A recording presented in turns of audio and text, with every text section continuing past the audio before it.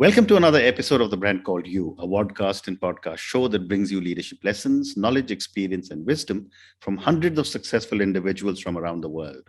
I am your host, Ashutosh Garg, and today I'm delighted to welcome a very, very accomplished entrepreneur from Singapore, Charu Mehrotra. Charu, welcome to the show. Thank you so much, Ashutosh, for such a warm welcome. Thank you. Charu is the founder of Womenlines, which is an online magazine promoting business, leadership, and health excellence. She is a LinkedIn Wonder Woman.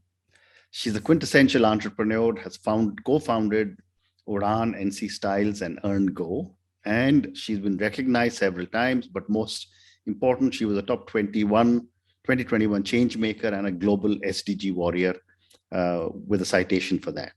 So Charu, let's start talking about Womenlines. Tell me a little bit about this venture.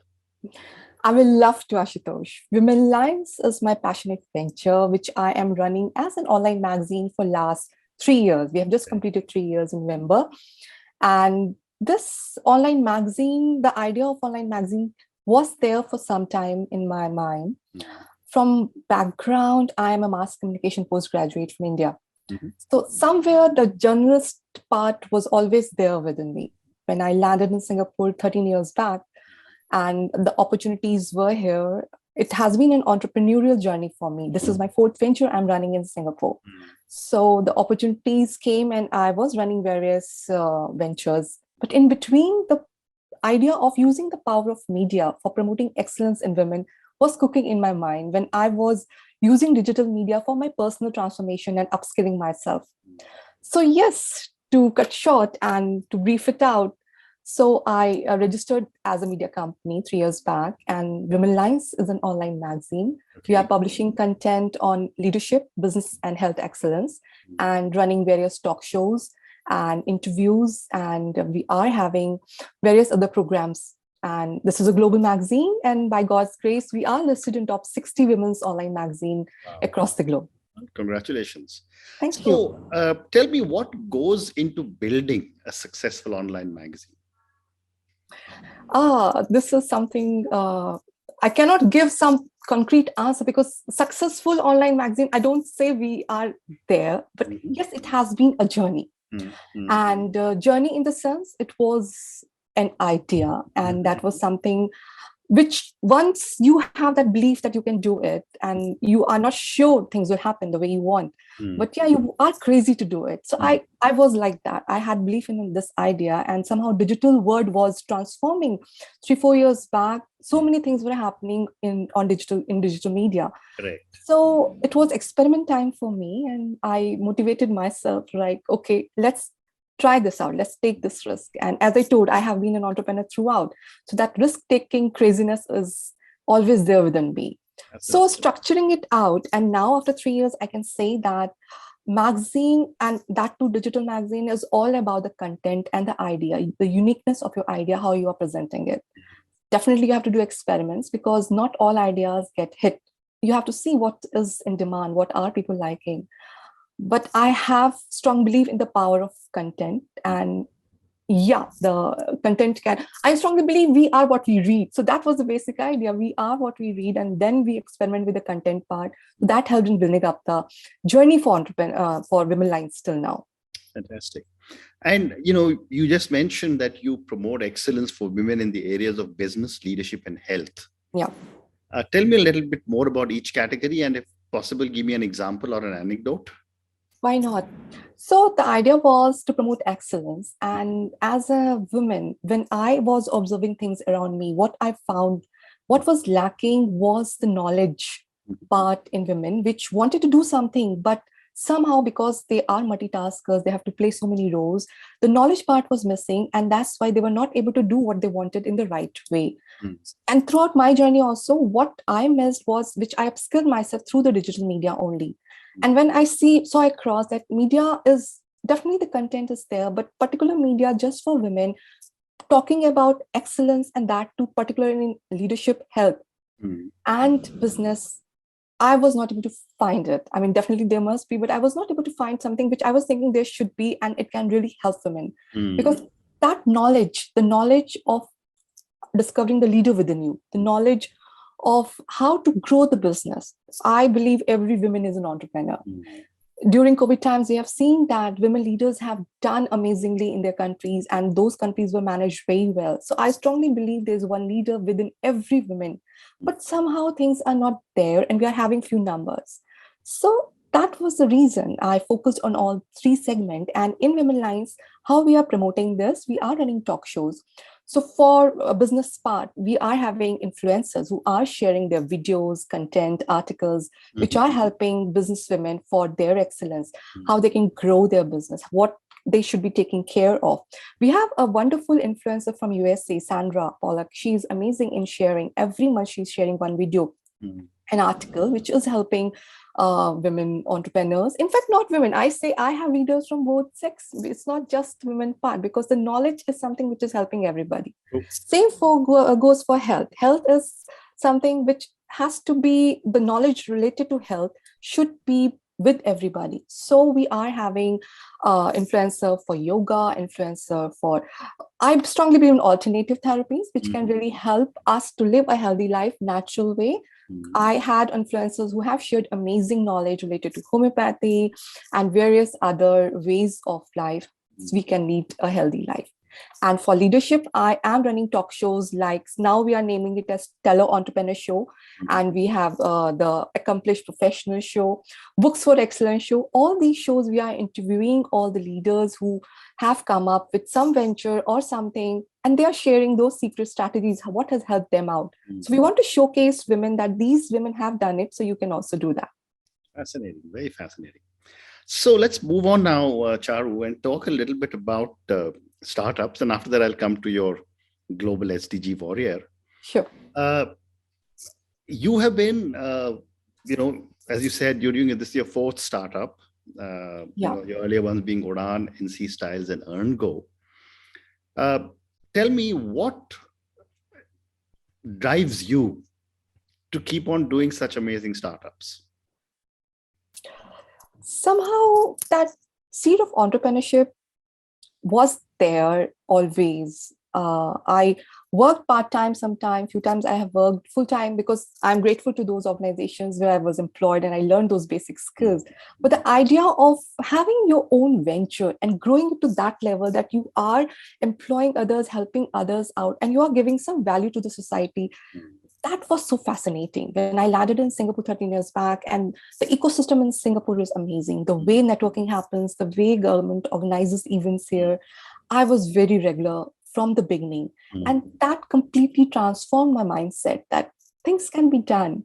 And through digital media, when I came across all these inspirational stories from, we are having Oprah Winfrey, we are having amazing women entrepreneurs who are sharing their knowledge, how they have achieved their success in lives. So I always thought, if they can do, why not me? So one step at a time, up, downs, failure, success. Now I can say I can connect the dots. But yeah, the journey was very fascinating, and I have transformed myself completely. Fantastic. So based on your experience and all the people that you must be speaking to, what are some of the basic mistakes a lot of startup entrepreneurs make?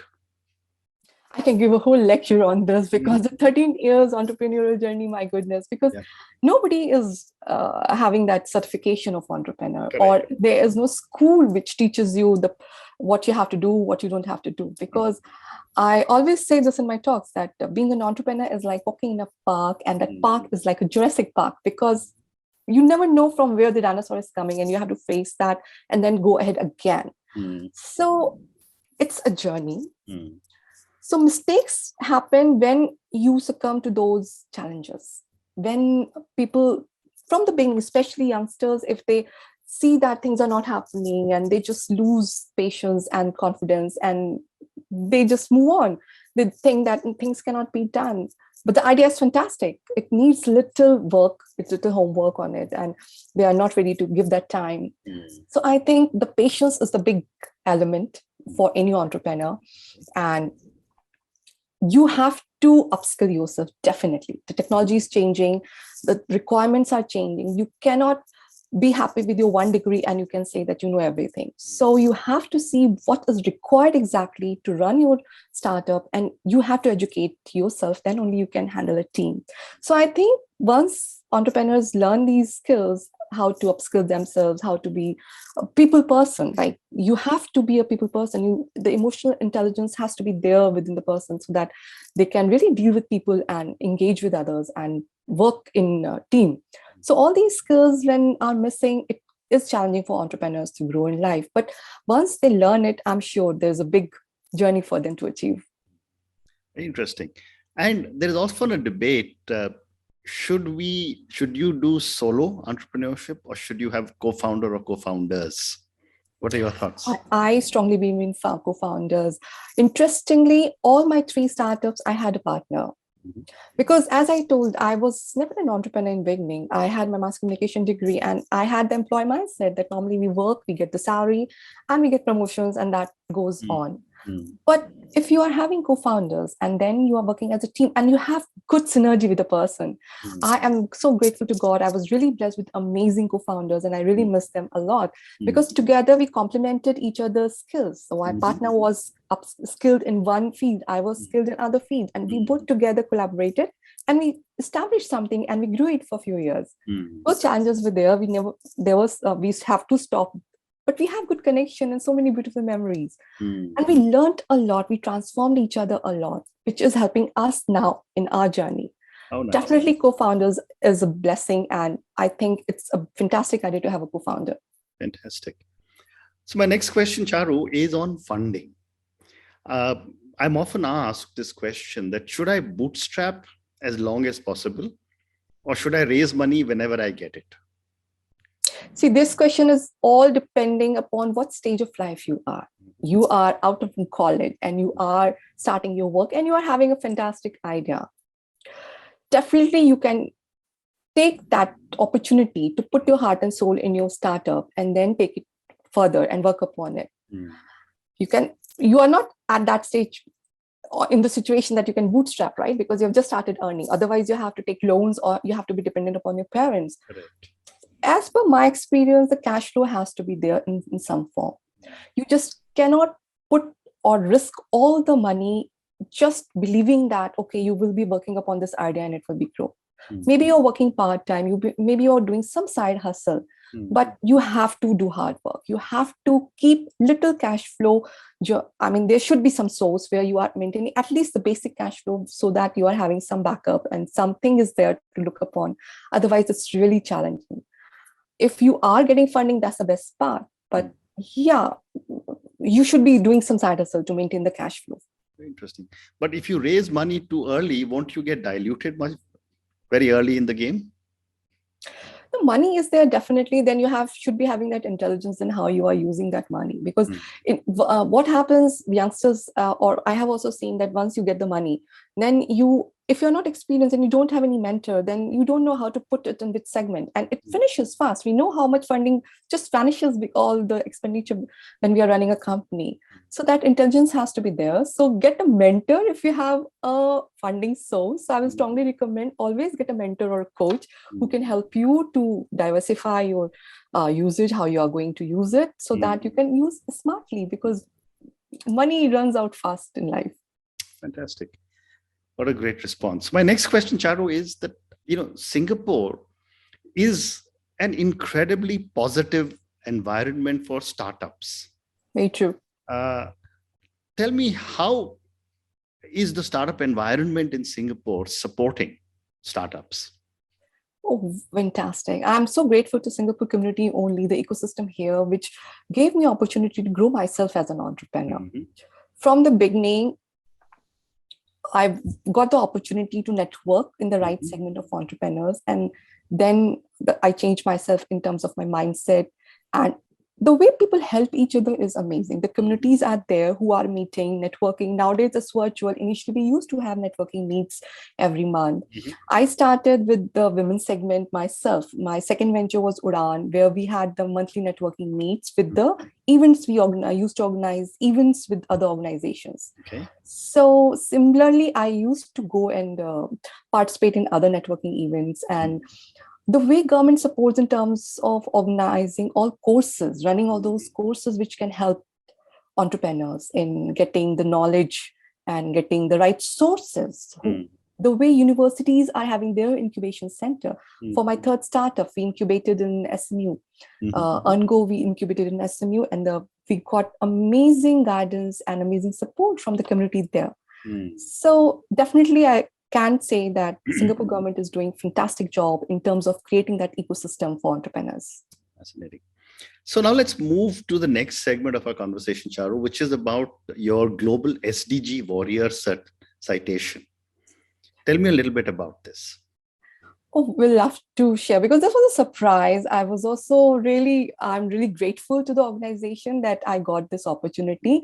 And one of my friends shared about it, and there was a form, and then there was an invitation. So this was occasion of 90th birth anniversary celebrations of former President, Dr. APJ Abdul Kalam ji. And there they had this, they invited all those experts from different fields who were they named as SDG warriors. Like for me, it was goal 5, SDG 5, which I'm supporting for equality for women through my magazine, Women Empowerment I'm supporting, and I'm working around that topic. So there were other speakers from different parts of the globe, and the Lead India Foundation USA, I'm really grateful to them that they gave me this opportunity to share about Womenlines, and I was felicitated in that event. Fascinating. And tell me a little bit more about SDG 5 and how you're supporting it through Womenlines.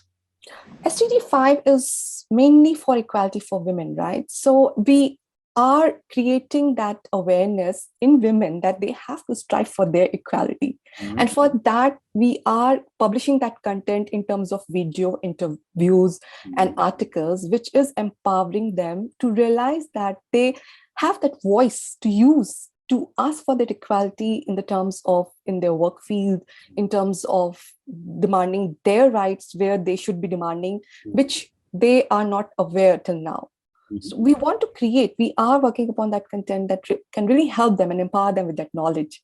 Like, for example, domestic violence, this is a very different topic, but I relate a lot to women facing, showing how women fighting domestic violence, they should be getting that opportunity of equality in the society. So I'm running that show, Let's Erase Domestic Violence. And I am interviewing globally. Believe me, Ashutosh, those women who have faced such amount of abuse and they are striving, they are struggling to get that equality again in society is challenging. So they need that support system. They need that knowledge that, yes, they deserve a better life and they have the power to choose and change their life. So we are interviewing those successful women who have achieved this after coming out of those challenges. And we are showcasing them in our show that if they can do, why not too? I want to reach out to such women. Fascinating. And can you share one or two examples of where your intervention has actually supported some of these women who are facing these challenges? Challenges in terms of domestic violence? Anything related to SDG 5? Yeah, we love to. Like, particular for domestic violence, like some petition, a lady has filed a petition in India and she wanted support for creating awareness about it.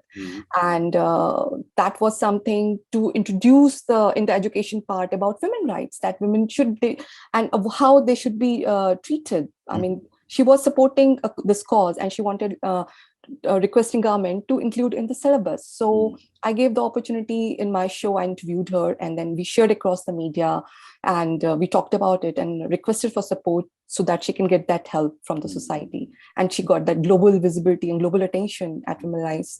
And my intention is the voice should reach out across so that you never know who can support anybody. We all are human and we are same and we are connected. So my intention is to create the visibility so that we can help each other. Well said. So, Charu, we've got time for 2 or 3 more questions. Sure. And I'm going to move to the segment that I call my personal questions because my viewers and listeners love to get to know my guest a little better. Sure. Let me start by asking you that, you did mass communication, became an entrepreneur in Singapore. As you look at life, what would you say are 3 key milestones or pivot points? Milestones for me is my 13 years. The number one, which I say is my 13 years of entrepreneurial journey, because I have transformed myself completely, the way I was 13 years back and the way I am now. And this has just happened because pushing myself and taking that risk that, okay, I have confidence in my idea, and I can do it. And by God's grace, from the help from the family, from the community, and taking that risk was something which has helped me, because that transformation has helped me to be a better person, and I can deal my relationship in a better way. I can deal as a mother, I can deal with my kids better way. I'm more educated, I'm more aware, and I can give them better education. So yes, that is something, some milestone which I'm very proud of. The second milestone, motherhood, being mother of two kids. I am completely transformed, and the way I learned from them is amazing. So that is something which I'm full of gratitude to God, and I'm thankful that I got to be a mother of two wonderful kids. And the third is getting recognition suddenly from different parts of the globe. People are acknowledging my work, and they are giving me award, or they are inviting me as a speaker. It really amazes me, and I believe that, yeah, people believe in your idea, and then I am full of gratitude to them that yes, they have believe in me and they are acknowledging my work. So yeah, I consider that as my milestone also.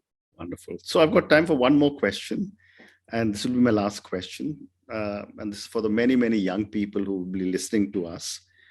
What would your advice be to a young entrepreneur starting off on her or his journey? Do your homework properly, and test your idea. Do survey. Don't jump upon your idea so much, and don't be overconfident upon your idea that it's a fantastic idea and it is not there by anybody. Maybe the idea is fantastic, but going to take the next step, before that, do the homework. Ask people, get feedback from across the globe. Don't feel shy of asking people. And the internet is giving us opportunity to ask globally. Take that liberty. Cross the geographies. Don't be stuck in your geography only, because then you might get some other mentorship or some suggestion which can really help you to make your startup a better start. So yes, my advice is always do survey for your idea, then you work upon it, and cross the geographies, grow your network. It will help you marvelously. Fantastic. What amazing advice. Cross the geography and get global advice. Fantastic. Charu, on that note, thank you so much for speaking to me. Thank you for talking to me about Womenlines and the amazing work that you're doing there. Thank you for talking to me about your views on startups and all the stuff that you have done with your own startups and what some of your learnings are. And finally, congratulations on your recognition on all the amazing things that you're doing for the Sustainable Development Goals of the United Nations. And please keep doing this more and more. And thank you again. Thank you so much for this honor and having me in your podcast, Ashutosh. Thank you. Best wishes to you. Thank you for listening to the Brand Called You videocast and podcast, a platform that brings you knowledge, experience, and wisdom of hundreds of successful individuals from around the world. Do visit our website www.tbcy.in to watch and listen to the stories of many more individuals. You can also follow us on YouTube, Facebook, Instagram, and Twitter. Just search for the Brand Called You.